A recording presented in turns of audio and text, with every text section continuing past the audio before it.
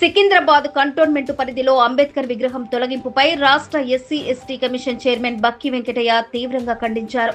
స్థానిక Valmiki Nagar community hall ముందన విగ్రహాన్ని అధికారులు అక్రమంగా ఎత్తుకెళ్లడంపై ఆయన నిప్పులు చెరిగారు. కంటోన్మెంట్ బోర్డు ఇంజనీర్ ఫణికుమార్ కు ఫోన్ చేసిన చైర్మన్ సోమవారం లోపు విగ్రహాన్ని అదే స్థానంలో పునఃప్రతిష్ఠించకపోతే ఎస్సీ ఎస్టీ అట్రాసిటీ కేసులు నమోదు చేస్తామని హెచ్చరించారు. ఏప్రిల్ నెల అంటేనే మహనీయుల పండుగ నెల అని, ఇలాంటి సమయంలో అంబేద్కర్ విగ్రహాన్ని తొలగించడం బాబాసాహెబ్ను అవమానించడమేనని అన్నారు.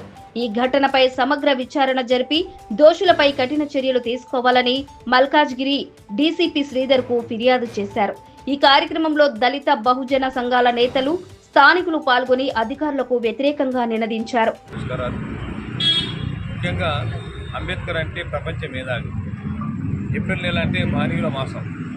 బాబు జగజీవనరావు కానీ, తర్వాత మన జ్యోతిరావు పూలే గారు కానీ, అంబేద్కర్ కానీ, ఈ నెలని పవిత్రమైన నాయకులు, మన జాతీయ నాయకులు కనుక వాళ్ళ యొక్క వర్ధంతులు జయంతులు ఉన్నాయి కనుక వాళ్ళను పేరు మీదనే ఈ మహనీయుల మాసంగా మనం అందరూ కూడా గౌరవించాం. మరి ఈ మాసంలోనే అంబేద్కర్ అవమానం జరుగుతుంది. చాలా అన్యాయం, చాలా దారుణం.